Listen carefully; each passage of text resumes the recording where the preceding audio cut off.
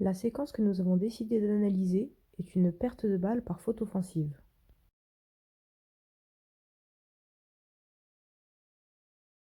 La conséquence de celle-ci fut un 3 points concédé.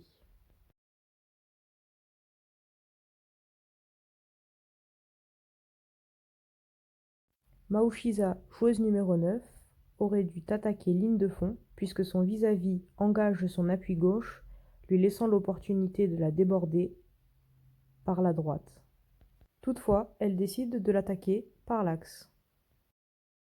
Ionescu, numéro 14, aurait pu libérer le couloir de jeu direct pour Maouchiza.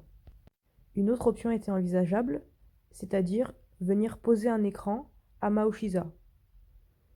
Dans ce cas, Maouchiza aurait dû attendre la pose des appuis de Ionescu afin de ne pas créer d'écran mobile.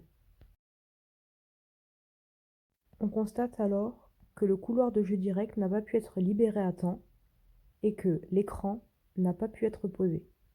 La situation ne permet pas de créer un retard défensif, mais surtout augmente la densité numérique dans un petit espace.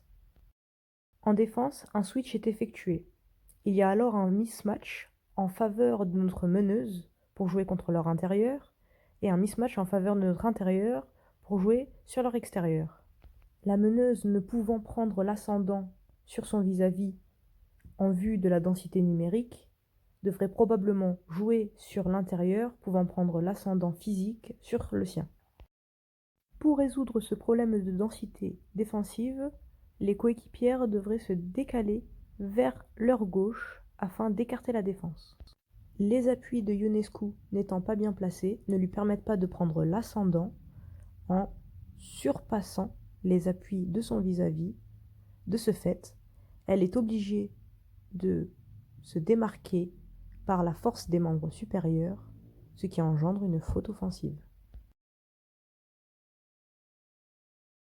On récapitule. La joueuse aurait dû attaquer ligne de fond. Elle a pris la décision d'attaquer dans l'axe. Elle aurait dû attendre un pic ou attendre que la joueuse lui libère le couloir de jeu direct. L'intérieur aurait dû surpasser les appuis de son vis-à-vis afin de demander la balle dans la raquette. Enfin, les partenaires auraient dû créer un mouvement de jeu sans ballon afin de créer une fenêtre de passe.